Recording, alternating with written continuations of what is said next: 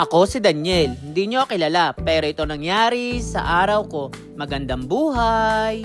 Maaga nga pala akong nagising at sobrang lamig. Paskong Pasko na talaga. Ibinaba ko nga rin pala si Dior at napakulit at kahol ng kahol kaya binigay ko na lang din muna yung higaan niya para kulitin niya.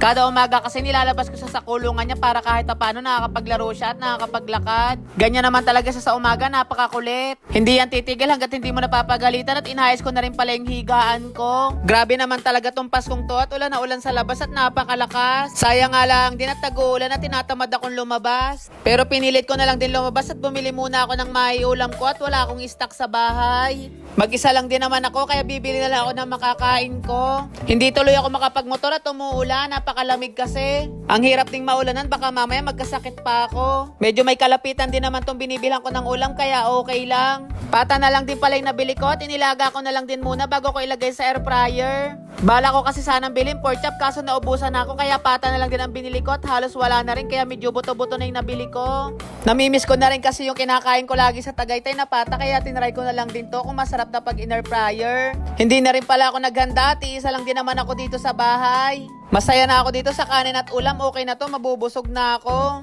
Alam ko naman na may allergy ako sa mga ganitong pagkain pero susubukan ko na lang at Christmas naman. Halos sa ilang taon na rin kasing kakagulay ko, nagsawa na rin ako at kaya tinry ko na lang din muna tong kainin. After ko lang din pala makakain at makapagpahinga, nag-exercise lang ako saglit. Hindi ka rin kasi makakalabas sa labas at kahit mag-jogging ka man lang, hindi ka makapag-jogging at dahil sa sobrang lakas ng ulan, ilang araw na rin kasi nag-uulan dito sa amin. Bakit ba naman kung kailang Pasko saka nag-uulan?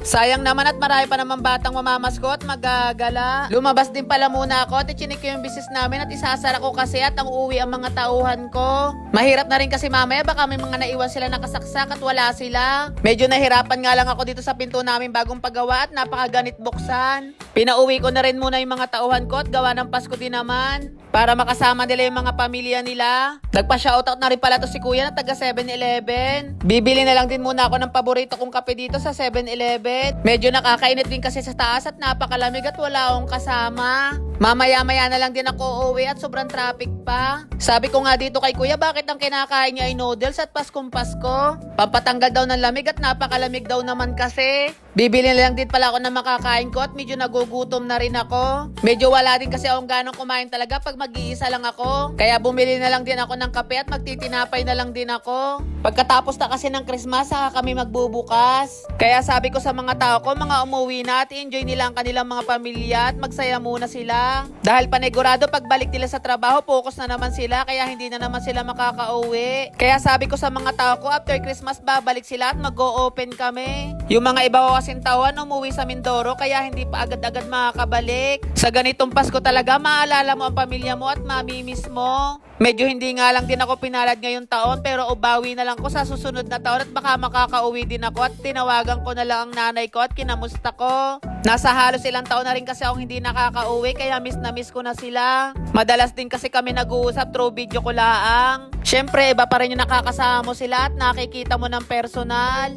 Nakakalungkot naman dito sa business ko at ako lang mag-isa kaya hindi na rin ako nagtagal at umuwi na rin ako at ibinaba ko lang tong roll up at pinadla ko lang. Nagpatanggal din ako ng traffic at hindi na din naman halos ganun ka-traffic at uuwi na rin ako. Baka kasi mamaya may pumasok na client at wala rin naman akong may bibigay na empleyado ko at mga umuwi lahat. Medyo may kaputikan nga lang din tong roll up na to at napakahirap isarado. Grabe din naman tong ulan na to at maghapon magdamag ng umuulan hindi pa rin tumitigil at tinaon pa talagang Pasko. Dadaan na rin pala din ako dito sa may simbahan namin bago magsa amin at sisimba na lang din muna ako at Pasko naman. Maganda na rin yung kahit papano nakakahingi ka ng kapatawaran sa Diyos at nakakapagpasalamat ka ng binibigay niyang blessing sa iyo sa araw-araw at lagi kang ligtas. Kahit hindi naman tayo pinapalad minsan, kailangan pa rin natin magpasalamat sa Diyos. Dahil wala rin naman tayo ibang malalapitan kung hindi si God lang din at siya magbibigay lahat sa atin ng biyaya. Ngayong araw din pala ng Pasko, wish ko sa lahat ng tao ay maging masaya at maging maganda ang buhay at lahat ng wish nila ay matupad. Pagka-uwi ko lang din pala, nagtinapay lang din pala ako at natulog na. So yan guys, hanggang dito na lang. Thank you sa panonood. Bye-bye! Merry Christmas sa inyong lahat. I love you!